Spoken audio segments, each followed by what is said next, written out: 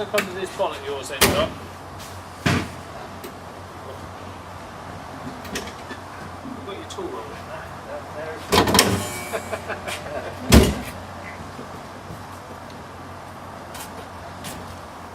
So this is the only official V8 Roadster, isn't it? Came out, finished and drove out of the factory. Well, it didn't drive out of the factory, but finished assembled in the factory, yes. Instead of that. Alright, yeah. So it's an autostat instead of an engine thermostat. Much more sensitive, it's right on the wall flow. Yeah. I made that and put it on.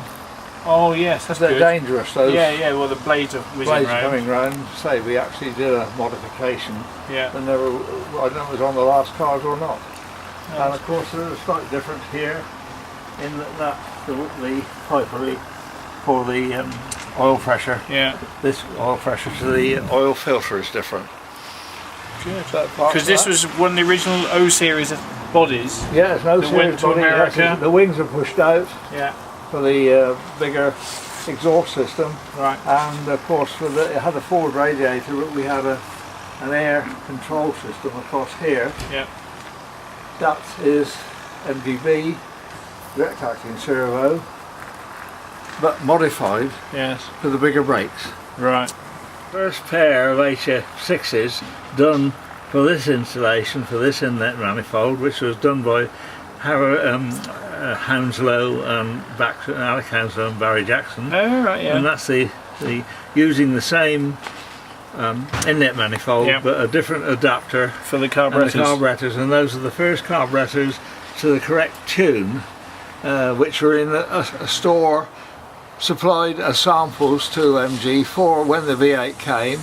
And when the factory was closing, we went in the cupboard and found them, and they were still there, so I bought them. Hello, this is MG Car Club in Abingdon, and this is a video preparation we're doing for you. My name is John Watson, I'm chairman of the MG Car Club MGB register here in England, and sat with me is Don Hayter.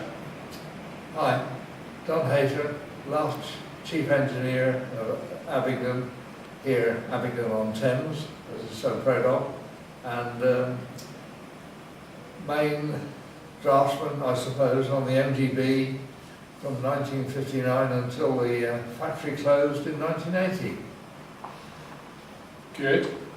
Don, well, we're here in the new John Thornley Suite in the MG Car Club offices in Abingdon, and just a few yards up the road here from where all of our MGBs were built, and the MGs right through from the factory starting in the 30s. You must be really pleased, would you have realised that 500,000 of these cars would have been so successful? I had no idea when I started work on a proposed development, a new version of the MGA under instruction from Geneva, where we were going to go.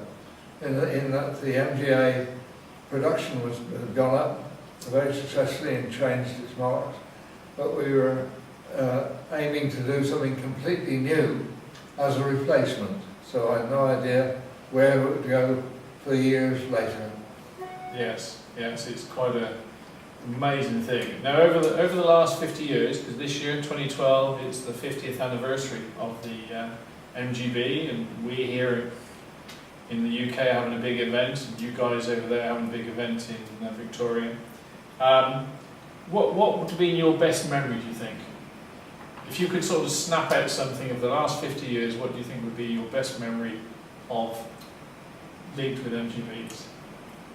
I suppose the significant bit in remembrance is that the MGA finished and we went on to something completely new, and you didn't know how that was going to go until we got to the first 100,000 MGB, and we realised we had passed the market of the previous car, the MGA. Yeah. Later, of course, we passed that even more. We had a celebration of 250,000 MGBs. and this generated visits and interest from Longbridge and our directors, who we normally never saw, but they realised that Abingdon were being quite successful. And we had pictures taken, particularly with Senator and people, to celebrate this point. That's the picture we all see in all the books.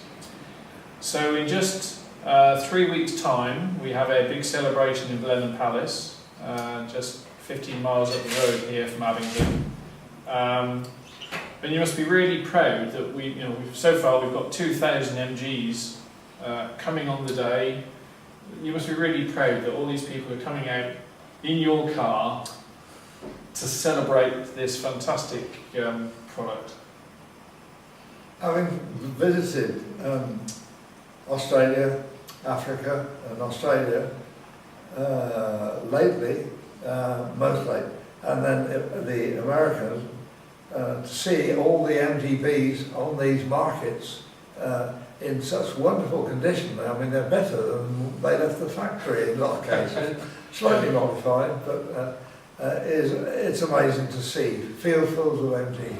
And my last memory was MG Live this year, seeing a complete circuit of MGBs going around, absolutely wonderful. Yes, that was a really fantastic race that was put on at MG Live at Silverstone in June.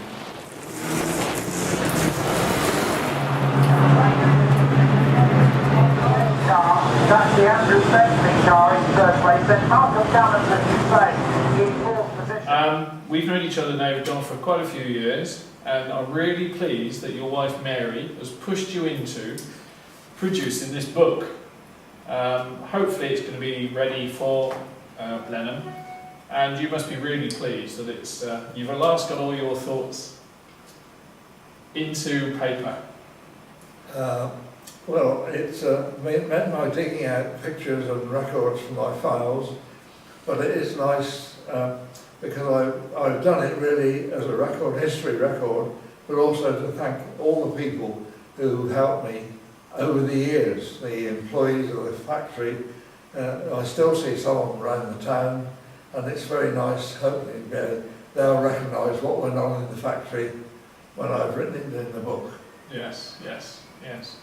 Good, okay, well I think it's time for us guys to close down now and wish you all in Victoria a fantastic year with MGBs and future. And sorry Don, yes? There's one thing that I should say, as we're talking to Australia, that Australia was the only place in the world where MGs were produced as well as at Abingdon. You have a production line in Australia, and you've got cars running around, not built in England, built in Australia, but exactly the same pattern. It's wonderful to see them. And when I went out there, I was really tickled to see that. That's really something else. Excellent. Good. We have to say goodbye. So have a great day, and good talking to you all.